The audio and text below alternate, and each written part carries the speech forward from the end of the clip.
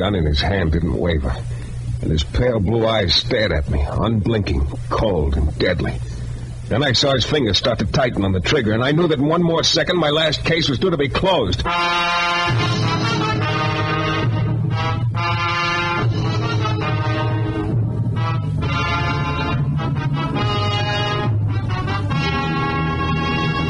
The New Adventures of Michael Shayne, Private Detective, starring Jeff Chandler. Michael Shayne, reckless, red-headed Irishman, is back again in his old haunts in New Orleans. This is your director, Bill Russo, inviting you to listen to another transcribed episode, which we call The Case of the Constant Companion.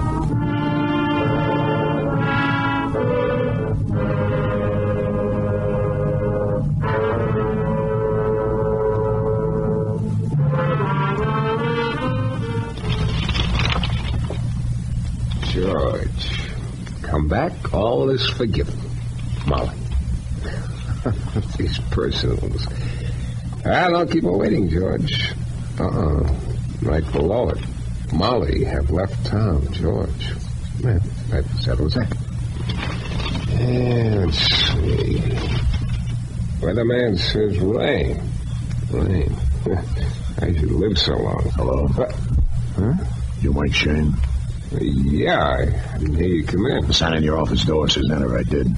Yeah. Well, have a seat. I want to hire you, Shayne. It so happens I'm very available right now, Mr. Just call me Shorty. Okay, Shorty. What's the job? I want you to sort of take me under your wing, Shayne. Take you under my wing? But you're little enough, I guess, but I don't get it. What do you mean? Call it protection. Call it keeping me undercover. Call it anything you like. I see. Yeah? Why? Why are you so anxious to keep undercover? Shayne, lots of times movie stars like to travel incognito, they call it. Just pretend I'm a movie star. Very funny. You know, Shorty, I seem to detect a slight odor about this deal. Then don't breathe. So part of your job is keeping me out of sight. The other part is finding a guy for me and taking me to him. Big Ed Lasky's his name. Oh, is he a friend of yours? He used to be. Oh, look, you're not... As soon as you take me to him, I'll be okay. Your job is done. Look, Shorty, the smell's getting worse by the minute. You still haven't told me why you want to keep out of sight. Shayne, $200 should answer a lot of questions, shouldn't it? You said $200. I said $200. Yeah. Yeah, I think 200 would answer quite a few questions. For now, anyway. Yeah, 200. Don't worry, Shayne. You'll earn every penny of it.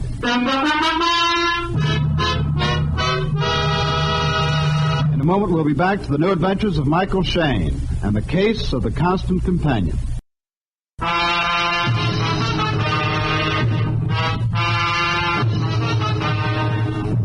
Well, maybe someday I'll learn there's no such thing as easy money. But I guess I forgot that the morning a little guy appropriately named Shorty laid 200 big bucks on my desk. According to Shorty, all I had to do was keep him out of sight and find a character named Big Ed Lasky for him. Of course, there was something about Shorty that chilled me a little. Maybe it was those very pale blue eyes of his or the thin-lipped mouth. But at the moment, the 200 was talking awfully loud, so I took the job. Okay, Shayne. I'll give you a list of places Big Ed used to hang out. I'll wait here in your office while you see if you can locate it. Then I'll... Just a minute. Hello? Lefevre, Shayne. Well, Inspector Lefevre. How's everything down at Homicide? Dead. Oh, my, we're sharp this morning, aren't we? Well, what's on your tiny mind, Lefevre? At the moment, you. Oh, that's really sweet of you. You called me up to tell me not to leave town, or maybe I'm suddenly chief suspect in a nice, juicy murder? Wrong twice. Just passing the word along, Shayne. We're alerting everybody right down the line. Yeah, what about? There's a killer on the loose. Oh? Yeah, broke out of the penitentiary last night, a little guy. Thanks for the... what'd you say? He's a little guy, about 5'2", pale blue eyes, thin-lipped, heavy voice. Yeah. Look, Inspector... His name is Shorty Crawford. Say it again. I said his name is Shorty. What's the matter, can't you hear me? Yeah, I heard you all right. Well, just passing the word along. Keep your eyes open for him, Shayne. He's dangerous. I can believe it. Inspector... Yeah? Skip it. I'll see you later. Inspector Lefevre on Homicide, Shayne? Well, as a matter of fact, yeah. So now you know about me. So now I know about you. Yeah, just as well, I guess. Now I'll have to change the plan a little. The plan? Yeah. Instead of waiting here in your office while you look for Big Ed, I'll come with you. Only we'll still have to keep out of sight while we're looking for him. Look, Shorty, I just quit the job. Shayne, I've been convicted of murder and sent up for life. I broke out, so now I'm on borrowed time. I'd have nothing to lose if I had to kill someone. Look, I tell you, you're Also, I got a gun in my pocket that's been pointed at your wishbone ever since I came into your office. It's going to stay pointed at you till we find Big Ed. It's going to go off the second you try to pull a fast one on me, so don't talk about quitting the job, Shayne. Because believe me, it'd be the last job you ever have.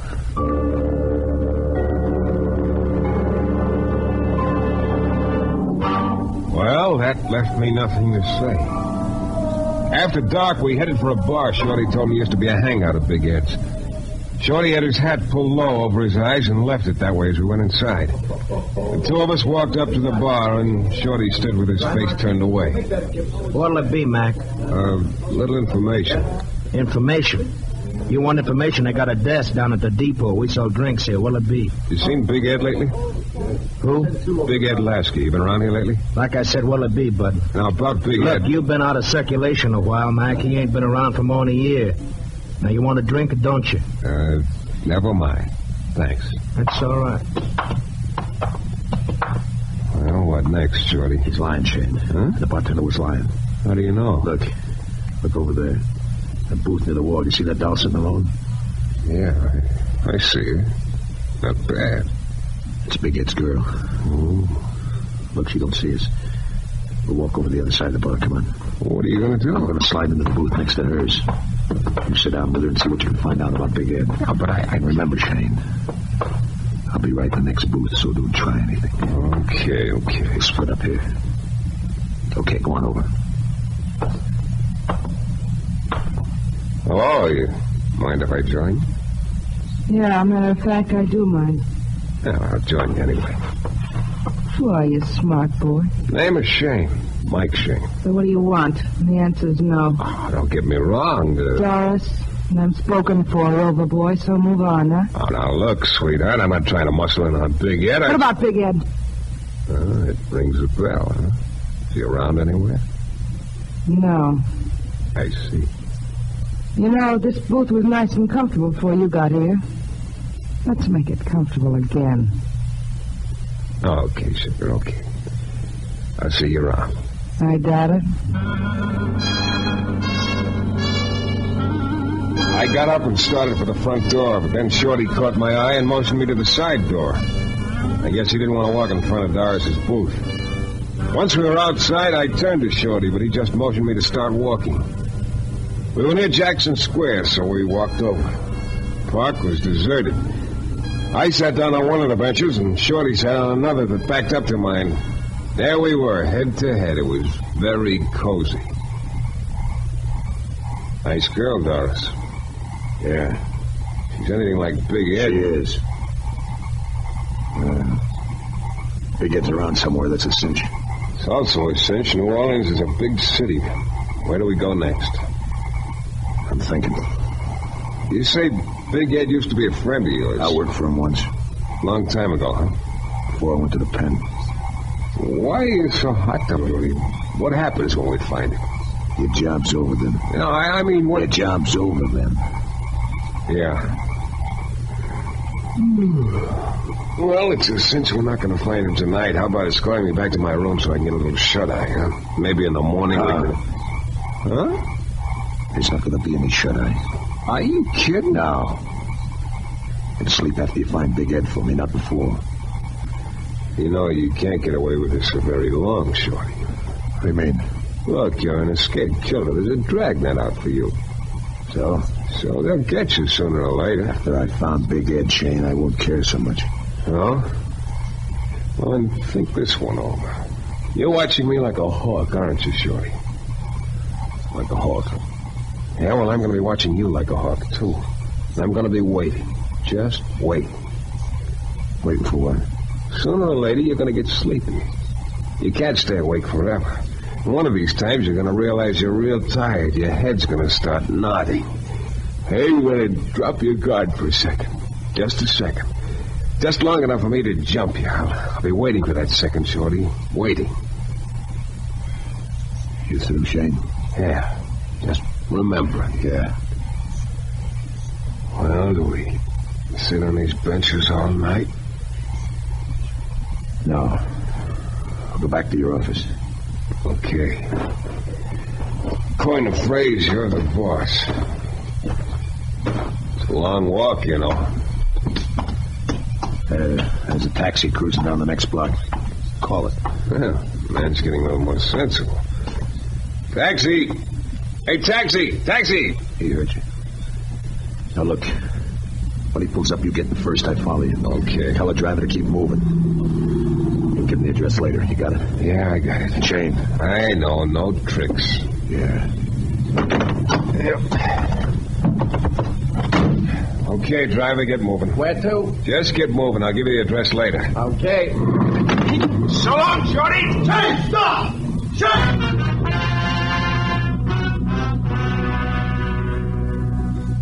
I hit the street, bounced to my feet, and hightailed it into the park.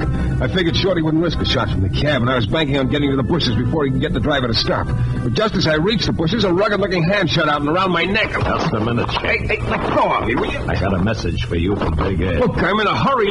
You're looking for Big Ed. He doesn't want you to find him. It's a bullet for you if you do. Take your hands off me, or Forget about Big Ed, Shayne. Maybe this'll convince you. Oh!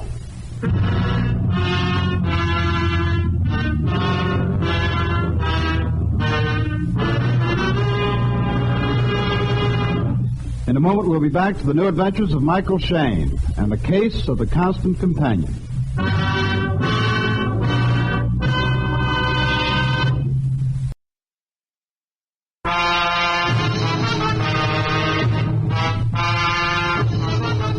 It all started when a character named Shorty offered me $200 to hide him out and find someone called Big Ed Lasky for him. While Shorty was in my office, Police Inspector Lefevre telephoned to tell me there was a killer on the loose. There was no doubt about the description he gave me. It was Shorty, all right. The little guy probably told me what would happen to me if I didn't go through with the deal.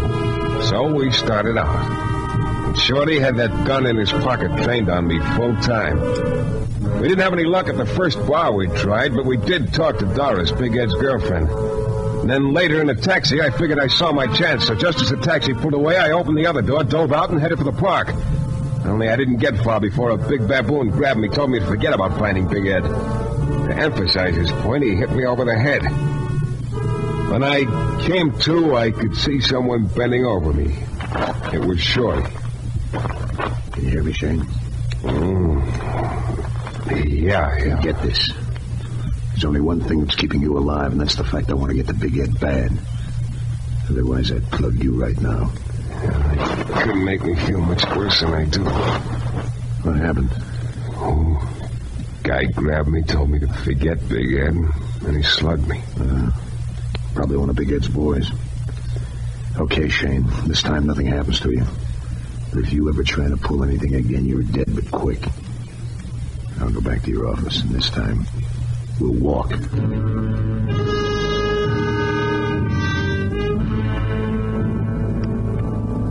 Well, we finally got back to my office, and I was really beat. I slumped down in my chair and hoped I could catch a nap until morning. Shorty had other ideas. He didn't want me to get any sleep. Every time I dozed off, he'd nudge me. So, finally, I gave up. Just sat there for about 10 cigarettes, waiting for daylight. And then at 9 o'clock, we grabbed some breakfast, picked up a newspaper, and headed back to the park. We used the same seating arrangement as before. I was on one park bench, and Shorty was on another that backed up to mine. That morning sun hitting me was all I needed. Could barely keep my eyes open. Shorty seemed to be having the same kind of trouble. Read the headlines to me, Shayne. Shayne. Huh? I said read the headlines to me. Oh, okay. Escaped killer still at large. Giant manhunt on for Shorty Crawford. Police dragnet. That's enough. Yeah. All seems sort of far away. Far away from here. Oh, that sun. Feels good, huh? Yeah. You know, you're not such a bad guy, Shayne. Mm-hmm. As a matter of fact, What'd you say? Skip it. Yeah. All of a sudden, I was wide awake. It was like somebody had just turned off a waterfall. The silence was deafening. I tried to see Shorty out of the corner of my eye. I didn't want to move my head, but I couldn't see his face, couldn't tell whether he was asleep or not. I leaned forward slowly, very slowly, and then I started turning my head around. Finally, I could see his face. His head was slumped over on his chest, and he was dozing. I tensed up to dive at him, and then... Oh. Well, Shayne, you were all set to grab me, weren't you? Yeah, I was all set. Good thing that car horn brought me out of it. Yeah. Shayne! Hey, Shayne! Hey, there's a guy getting out of that car. He's heading this way. I see him. Shayne! Okay, Shayne. Be a good boy. Real good. Yeah. Hey, Shayne, you rooted to that park bench or something? I've been yelling. I know, Lefebvre. I also hung. I know that, too. Sour mood this morning, huh? Yeah. Who's your friend? Huh? I said, who's your friend on the bench behind you there? Well, I don't know, Inspector. Oh, that's my mistake. I thought I saw you talking to him when I got out of the car. Well, no. Well, what are you doing sitting in the park anyway? Business that bad for you? And it's not good right now. How about you? Oh, it's about the same. We're still after Shorty Crawford. No sign of him, huh? No, none yet. I got a hunch we're getting closer all the time. Well, that's good. Yeah. We'll nab him before long. What's the story on him, Lefebvre? All I know is he was convicted of murder. Well, Shorty used to work for a guy named Big Ed Lasky. Oh? So an enemy of Big Ed's, Tom Dixon, wound up dead one day. Case was that Shorty killed Dixon. Two of the boys thought that Big Ed had hired Shorty to kill the guy, but nothing could be proved. And Big Ed had an alibi for himself as far as the actual killing was concerned, so Shorty was convicted. Oh.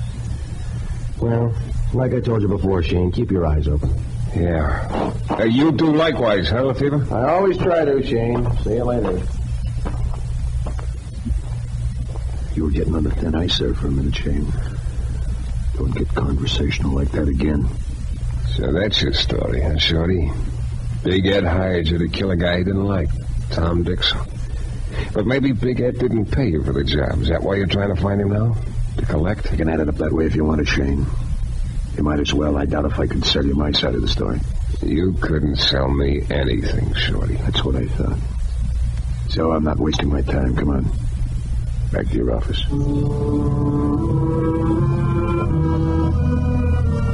All the way back to the office, I was cussing out Lefebvre to myself. First, for honking his horn and waking Shorty just when I was going to grab him, and second, for standing there talking to me and not spotting Shorty. We walked into my office just in time for me to pick up the phone. Hello. Fever, Shayne. Oh, you're a big help. Don't worry. I spotted Shorty sitting on the bench behind you. Well, now you tell me. Why didn't you... I had a hunch he had a gun under his arm pointed at you. I didn't want you to collect the slug. Look, is he still there in your office with you? Yeah, Stall him. We'll be there in 60 seconds. Who was it, Shayne? Why, it was my landlady. What? My landlady. She forgot to say... You're lying. Look, I tell you... Let's get out of here. Oh, look, Shorty, I'm tired. Look, you think I'm as fresh as a daisy? I've been awake for 24 hours longer than you have, and I'm still on my feet. Now get on yours. We're getting out of here. Why? I like it here. We're leaving. Now, Hey, wait a minute. Huh? No, Shorty... Shut up. Siren. You can't, so that's it. So you've been real smart, Shayne. So you pulled a fast one. Now, look, Shorty, you... Okay, Shayne. So maybe they'll get me. But you'll go first.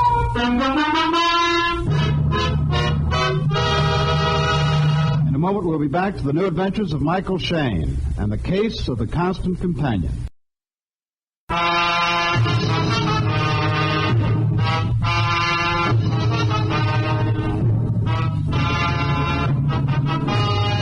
Gun in Shorty's hand didn't waver. His pale blue eyes stared at me, unblinking, cold, and deadly. Then I saw his fingers start to tighten on the trigger. I knew that in one more second, my last case was due to be closed. Okay, Shayne. It's payoff time for you. Shorty, I tell you, I didn't tip off anyone. Save it. You're on your way out, Shayne. Is it right? Who's that?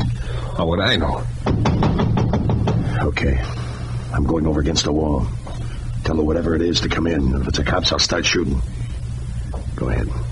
Yeah. Come in. Hello, Shayne? Big Ed's girlfriend, Doris. That's right. I got a message for you, Shayne. Look, Big Ed already sent me a message last night with a blackjack. You hadn't heard about Shorty breaking out of the pen then, Shayne. Didn't know why you were looking for him. Now I figure Shorty's hired you to find him. He's willing to give you $500 to forget it, and if you... Too late, Doris. Shorty! Yeah, right behind you. Look, Shorty, you gotta... You're gonna take us to Big Ed, Doris. No, Shorty. Please, Shorty, You're gonna take us to Big Ed. And right now. Go on, get moving.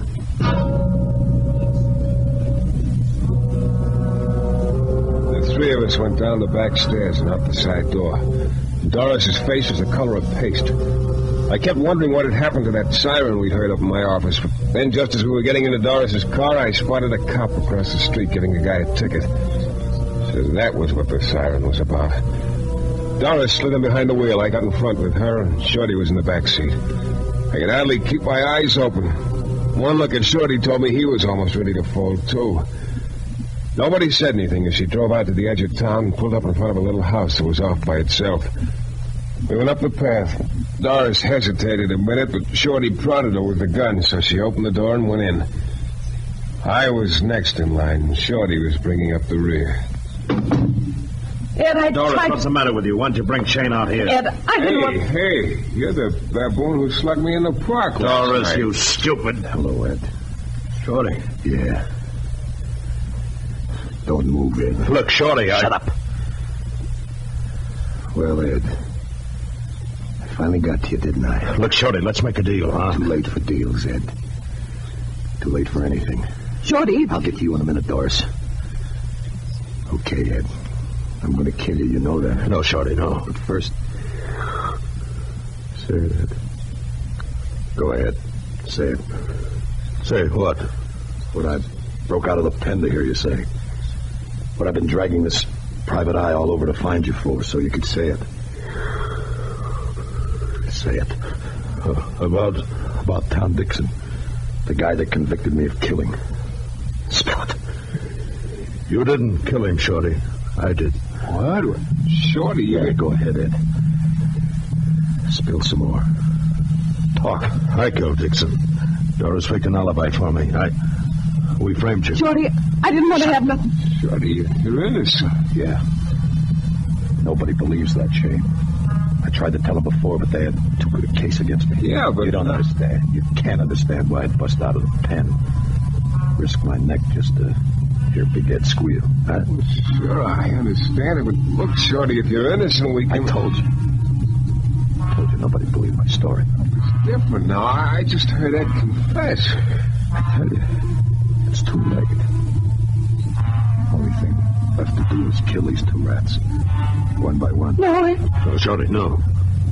Just kill them, and it'll be all over. Then I can rest. Kill them first, then rest. I was so groggy from the lack of sleep, it took me a couple of seconds to figure out what had happened. Then it hit me. Shorty was on the verge of folding. The strain of the last few days had finally caught up with him. He was practically out on his feet. The gun in his hand started sagging, but my reflexes were sagging too, and Big Ed beat me to the punch. He dove at Shorty and grabbed the gun. Okay. Get back, Shayne. Now, Shorty, we play it the other way. I threw it away. My chance to kill you. I threw it away. You'll never get another, Shorty. And you'll be next, Shayne.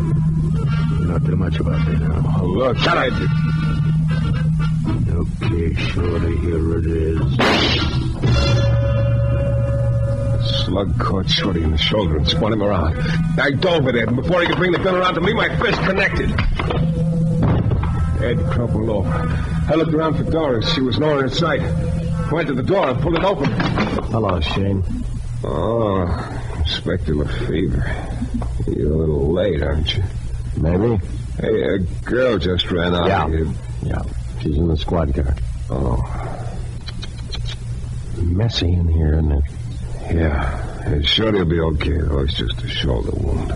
Well, we'll get him back to jail. No. Wrong guy, Lefevre.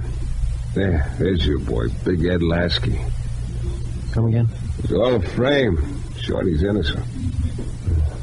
Now, that's real interesting, Shayne. You got any proof? Mm-hmm. I heard Big Ed confess. I'll fill you in on the details later. Right now, this couch looks awful. Yeah, well, Shayne, there's still a couple of things. Yeah, they can keep, Inspector. Look, I've been without sleep for 2 whole days. Shayne, I've Go away, little man. Shayne, Later. Just one more thing, Lefevre. What is it? Shayne!